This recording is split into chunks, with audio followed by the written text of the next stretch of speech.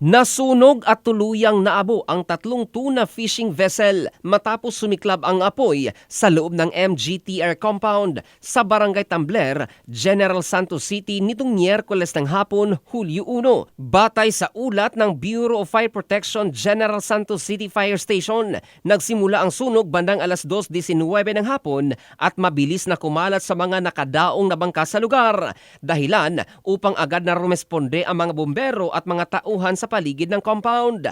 Ayon kay Fire Superintendent Marlip Nabor, Acting City Fire Marshal ng Jensan City Fire Station, umabot sa humigit kumulang 1 oras ang operasyon bago tuluyang ideklarang fire out bandang alas 3:18 ng hapon.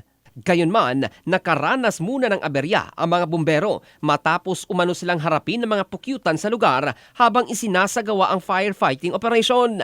Wala namang naitalang sugatan sa insidente habang wala pang inilalabas na kabuuang halaga ng pinsala sa tatlong nasunog na fishing vessels at iba pang ari-arian sa compound. Patuloy ang isinasagawang investigasyon ng BFP upang matukoy ang pinagmulan ng apoy habang pinaalalahanan ng publiko na agad i-report ang anumang insidente ng sunog upang maiwasan ang mas malalang pinsala at agarang makaresponde ang mga otoridad.